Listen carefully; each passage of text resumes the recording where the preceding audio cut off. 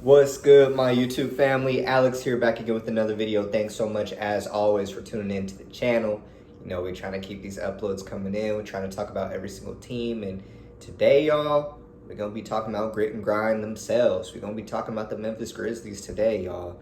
And I think what I'm going to try to do is really sprinkle in some of these teams that don't really get too much love, especially these small market teams like the Grizzlies and even the teams like the Utah Jazz, who had the best record in the West last year. Nobody really talked about them just from a popularity standpoint, since they're not one of these big market teams. But I really want to start showing these smaller market teams some love. And this is a team in the Memphis Grizzlies that's really came on the past few years, of course, since drafting John Morant.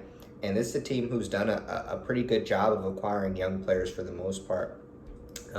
You know, this year they used their draft pick on Zaire Williams at number 10, who I don't really know too much about Zaire Williams, so I'm not really going to dive in too much into if this is a good pick or if this isn't a good pick. Thought I saw him more so in like the 14, 15, 16 range. Maybe I'm tripping. You guys can correct me. But they did go ahead and pick him at number 10. It'll be interesting to see, you know, how he fits in. This is a Memphis team who over the past few years seems like they've done a great job with their draft picks, hitting from the Jaren Jacksons, John Morant, obviously, to even the newer guys like the Desmond Bains, the Brandon Clarks. I know they didn't draft DeAnthony Melton, but just getting him, I believe he was with Phoenix before, if I'm not mistaken, but just getting him 1 year after he was with Phoenix, you know, was a good move. So this is a team who I feel has done a good job of developing young players. Grayson Allen, you know, coming over from Utah to Memphis. I know Grayson's not on the team anymore. We're going to talk about that as well. But this is a team who I feel just has done overall a pretty solid job of just developing this young talent. You know, Taylor Jenkins has shown that he is the right coach to go ahead and mold this team and build them up. And I'm interested to see, you guys, with this being John Morant's third year in the league and Jaren Jackson being in his fourth year now, coming back from his injury, you know, can this be a team that can surprise the league and finish, let's say, top 5? You know, they've been a borderline playoff team these past few years. Obviously, we know they did make it last year, losing in 5 to Utah. But, you know, is this a team that can take this next step? And there's some question marks, you know, going around. You know, my biggest question mark with this team, obviously, it just has to be shooting. You know, I'm wondering where the shooting on this roster is going to come from.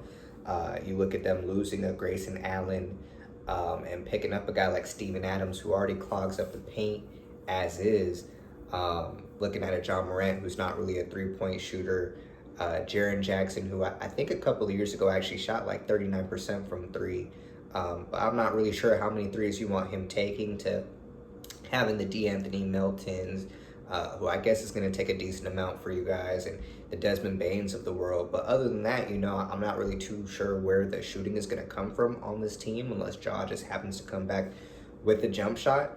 I think that's the next test for this team is, you know, how much better can they be? Can Ja take that next step into being a top 8, top 9 point guard in this league? Is he at that point? Or is Jaren Jackson, who when he was first drafted, I actually thought that he was the best big in the draft. I thought that he was better than DeAndre Ayton, who was taken number 1. I thought that he did have the potential to be better than Marvin Bagley, who was taken number 2. I think that Jaren Jackson is a guy who has supreme talent, and I still think he can be the best big out of that draft. But injuries, he hasn't played more than 57, 58 games, I believe, in a season, if I'm not mistaken. And you saw him get back at the end of last year and could never really get back into the flow. So I'm interested to see, you know, how can this team mesh with another year all together, all healthy. You know, I like the roster. I like the grit and grind attitude, but I'm just not sure how much better Dillon Brooks is going to be this year from last year. Is this something where Dillon Brooks has hit his ceiling and this is kind of just who he is, a 16, 17 per game scorer? Or is there an opportunity for him to hit the 20-point mark? I don't really see Dillon Brooks hitting the 20-point mark. And how much better is Brandon Clark going to be? You know, it seemed like he kind of fell back a little bit last year. So there's kind of some question marks on this team, but I think that they do have a shot to finish, you know, in the 6, 7 range, maybe even 5, just because you look at the West and some of that second tier, third tier teams out west, is kind of a question mark. You look at a team like the Blazers, who we don't know what's going on with the Damian Lillard situation. Do they have the possibility to fall back? They didn't necessarily get better, I would say, with some of the moves that they made. To looking at a team like the Clippers, who I believe, if I'm not mistaken, was the 4 or 5 seed last year, but they don't even have Kawhi this year. And this is a team where, injuries can happen at any time. Who's to say maybe PG goes down with an injury, or maybe Terrence Mann goes down, or just something happens. Is it a lock that the Clippers are going to be that good next season? They obviously have the potential to, but we don't know for sure. Looking at some of these other teams out there, like the Mavericks, the Mavericks, did they do enough to really get better, I should say? They still have Porzingis on the team. They still have the Tim Hardaways. Did they make enough adjustments to really get better and take that next leap? So looking at it from that standpoint, and looking at Memphis, who at least is a younger team who has 2 possible All-Stars on their roster, I look at it and I say there is actually a possibility that Memphis can go ahead and get into that 5-6 seed out west this year, with a decent amount of teams out there taking that step back.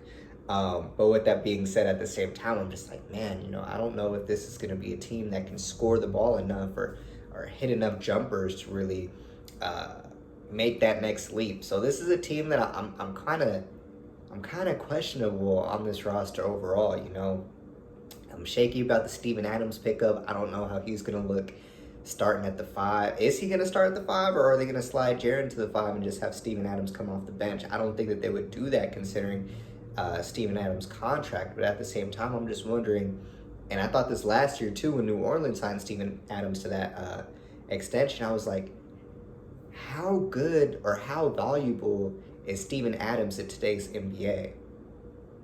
And I just question, is this a good fit for them? How is it going to fit with having Adams out there, to having the Jaren Jackson out there, to, I guess, Kyle Anderson's going back to coming off the bench, to having the Desmond Baines and Dylan Brooks and John Morant. Just when I look at their spacing, I'm just kind of concerned. The Tyus Joneses of the world. I'm just like, where is the shooting on this team going to come from? I know what they can do in the fast break. I know how exciting Ja is. I know Brandon Clark can run the floor, and what they can do from that aspect. But as far as bringing it all together to go ahead and take that next step, I'm just kind of torn, y'all. I don't know if this is a team that I can just say for sure. It's just Memphis is going to get that next spot. They're going to take that next leap. But at the same time, I'm just thinking, Ja is another year older. Jaren Jackson is coming off an injury, and he still has the what's the word I'm looking for? He still has the potential to be an all-star big in this league, So this is kind of a confusing team, y'all. It's like I trust them. I think that they will go ahead and make the playoffs. But I don't want this to be a team that we're just looking at every single year and we're just saying, yeah, man, this is a team that gets that 8-7 spot and then they just lose in the first round every single year. And so I don't know, y'all. I'm going to give this team a C as far as their offseason moves, just because they really ain't make too many offseason moves.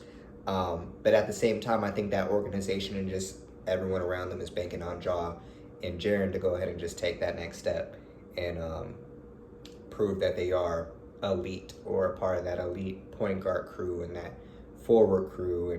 And who knows, maybe it's something that can happen, y'all. So Grizzlies fans, I want to hear y'all opinion. Are y'all satisfied with this offseason, what you guys did? I know you guys had brought in Pat Bev and Rondo, but we already know that Pat Bev got shipped out to Minnesota. And I don't know what's going on with Rondo, but this is a situation where I don't see Rondo really staying with this team.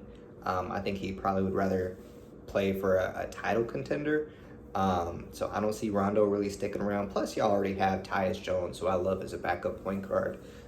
He really gets the job done. And Zaire Williams, man, what are we going to see for Zaire Williams? Is this going to be a guy who is going to develop and shock people kind of like their past rookies have? Or is he really more so a project who really ain't going to get too much run like that in his first year or two in the NBA? So this is a questionable team for sure.